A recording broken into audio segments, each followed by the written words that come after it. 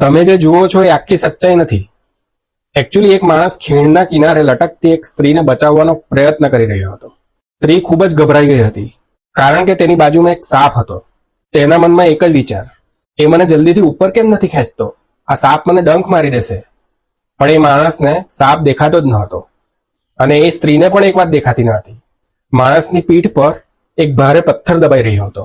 એ ભારે પીડામાં હતો. તેના મનમાં પણ એક જ વિચાર, એ થોડું વધુ જોર કેમ નથી લગાવતી? હું તો મારી પૂરી શક્તિ લગાવી રહ્યો છું.